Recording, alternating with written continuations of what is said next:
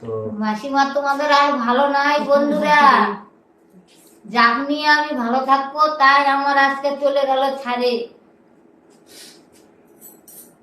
আজকে আমাদের মধ্যে আলপনা নাই, এটা আমরা ভাবতেই পারছি না, এটা আমরা কল্পনাও করতে পারছি না যে আলপনা আমাদের মধ্যে নাই। মা বেটি কত সুন্দর ভিডিও করতাম, সব বন্ধুদের সাথে কথা করতাম যে বন্ধুরা তোমাদের দেখতে পাচ্ছি না, আমাদের তুমি দেখতে পাচ্ছ। তোমরা কত ইয়ার্কি করতাম তোমাদের সাথে, আজকে আর ইয়ার্কি করার লোক নাই।